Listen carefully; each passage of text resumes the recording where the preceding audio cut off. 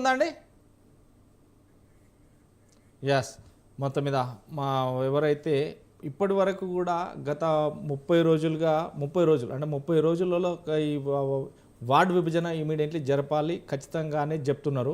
ఏదైతే కార్తిక్ గారు ఎట్లా చూడొచ్చు అంటే మనం ఇప్పుడు ఏదైతే ఈ 30 రోజుల లోపల వార్డు విభజన జరిగి ఈ 2 నెలల్లోనే స్థానిక సంస్థల ఎలక్షన్స్కి పోవాలి అంటే కాంగ్రెస్ పార్టీ ఇప్పటికే కొంతవరకు మాత్రం కాంగ్రెస్ పార్టీ అధ్యక్షుడు కూడా చెప్పారు 42% బీసీ రిజర్వేషన్ ఇచ్చే ముందుకెళ్తాం, అప్పటి వరకు ఎలక్షన్కి పోము అనేది అధ్యక్షులు మాట్లాడుతున్నమాట. అంటే కాంగ్రెస్ పార్టీ ఎలా చెప్తుంది? సరే, ఈరోజు కాంగ్రెస్ పార్టీ 42% రిజర్వేషన్ ఇవ్వడానికి చిత్తశుద్ధిగా ఉంది అని చెప్పడానికి వీళ్ళకి ఇంకేం నిదర్శనం కావాలి, ఎట్లా రుజువు చేయాలనో మరి వాళ్ళన్నా చెప్తానన్నా దాని ప్రకారం అన్నా చేయడానికి కూడా మేము సిద్ధంగా ఉన్నాం. అయితే ఈరోజు మేము కామారెడ్డి గురించి మాట్లాడినప్పుడు మిత్రులు మాట్లాడినారు. కామారెడ్డిలో మేము ఏదైతే చెప్పినామో కులగణన చేస్తామని చెప్పినాం, కులగణన చేసి చూపించినాం.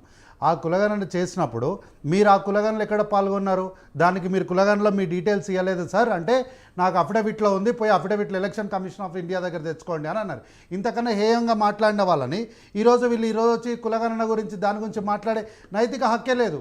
ఈరోజు కులగణన గురించి సభలో చర్చ పెడితే ఆ చర్చలో పాల్గొన్నటువంటి వీళ్ళు ఈరోజు కులగణన గురించి ఎట్లా మాట్లాడతారు సార్, నాకు అర్థం కాదు. కాబట్టి ఒకవేళ చట్టం చేస్తేనేమో చట్ట ప్రకారం 42% ఇవ్వడానికి కాంగ్రెస్ పార్టీగా ప్రజాప్రభుత్వం సిద్ధంగా ఉంది.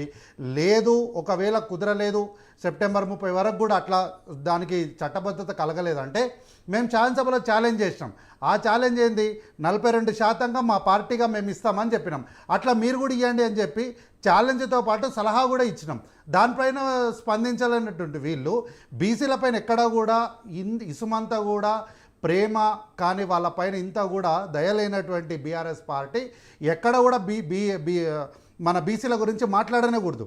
కాబట్టి ఏంటి, ఈరోజు 12,000 పైచిలకు గ్రామ పంచాయతీలు ఉంటే గత ప్రభుత్వము 10 సంవత్సరాలకు కలిపి ఒకటే రిజర్వేషన్గా నిర్ణయించినటువంటి సందర్భాన్ని కూడా మనం చూడొచ్చు. అయితే ఆ 10 సంవత్సరాలకి ఏంటి, ఒకే వర్గానికి అంటే సింహభాగము అగ్రవర్ణాలకే ప్రాధాన్యత ఇస్తూ ఆ రోజు 10 సంవత్సరాలకు ఒకటే రిజర్వేషన్ కట్టుబెట్టింది.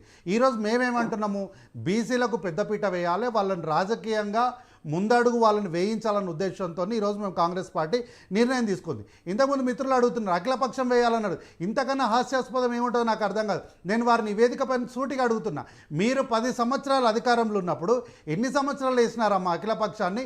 ఏ రోజన్నా ప్రధాన ప్రతిపక్ష పార్టీలను కానీ విపక్ష పార్టీలను కానీ అసలు పార్టీలుగా మీరు గుర్తించిండ్రా?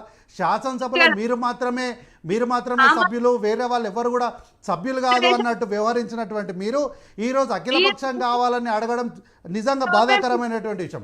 ఇంకో విషయం ఏంటి, నిన్నగాక మొన్న అఖిలపక్షం వేసినప్పుడు మీరు వచ్చిన వాళ్ళు ఎవరు, వచ్చినప్పుడు ఏం మాట్లాడారు, దానిపైన ఎందుకు వాకౌట్ చేసినారు, రావాల్సినటువంటి వాళ్ళు ఎందుకు రాలేదు అన్న ప్రశ్నకు సమాధానం మరి చెప్పడానికి మీరు సిద్ధంగా ఉంటే చెప్పండి.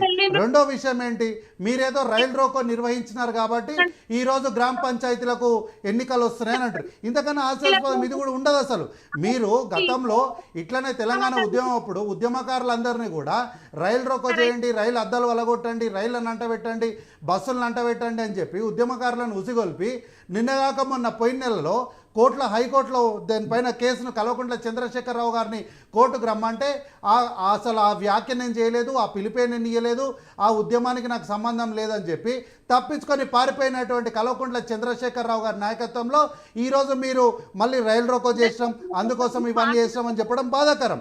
ఇంకో విషయం, మిత్రులను మాట్లాడుకుంటే ఏమన్నారు, రైతు భరోసా చేయలేదు అన్నారు.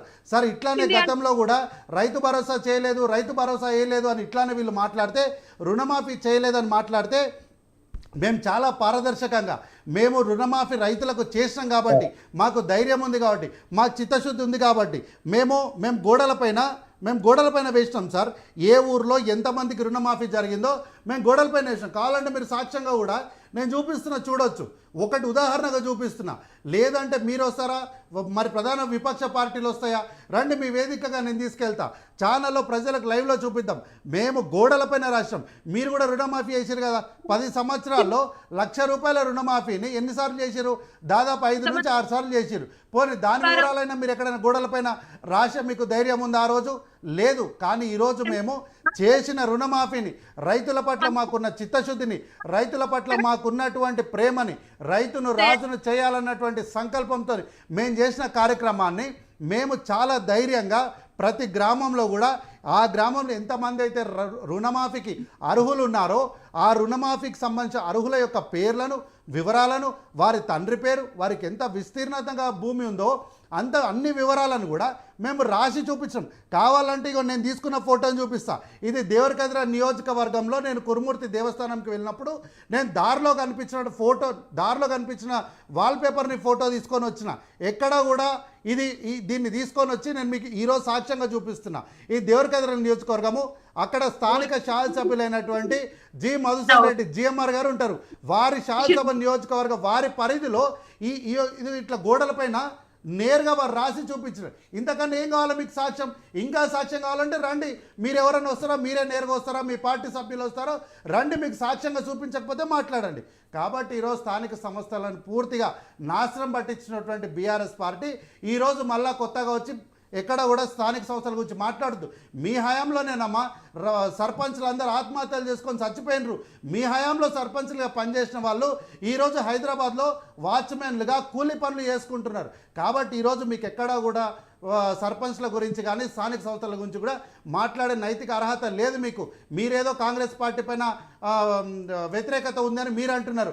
ఇట్లా వ్యతిరేకత ఉంది, కాంగ్రెస్ పార్టీ పైన వ్యతిరేకత ఉంది, ముఖ్యమంత్రి రేవంత్ రెడ్డిని మారుస్తారని ఇట్లా మాట్లాడుకుంటూ పోతేనే ఎంపీ ఎన్నికల్లో మిమ్మల్ని తీసుకుపోయి సున్నాకి కూసబెట్టారు. కాబట్టి మీ నాయకత్వం మిమ్మల్ని ఎప్పుడు మోసం చేస్తుంది. మీ నాయకత్వం, బీఆర్ఎస్ పార్టీ నాయకత్వము బీజేపీతో అంటగాగుతూ తమకు ఆత్మాహుతి దాడి చేసుకొని మిమ్మల్ని మరోసారి మోసం చేయడానికి మీ పార్టీ అధినాయకత్వం సమాయత్తం అవుతుంది. కాబట్టి ముందు ఆ విషయాలను తెలుసుకోవాలని చెప్పి మీకు ప్రధానంగా విజ్ఞప్తి చేస్తున్నా. రైట్ వీరేంద్ర బాబు గారు, ఒక్క నిమిషం మనోజ్ గారు మీ దగ్గరకు వస్తాం మరొకసారి. వీరేంద్ర బాబు గారు, గత 17 నెలలుగా లోకల్ బాడీ ఎలక్షన్లకు సంబంధించి ఇప్పటి వరకు జరగలేదు. కానీ ఇప్పుడు హైకోర్టు ఉత్తర్వులతో మాత్రం ఇటు కదులుతుంది.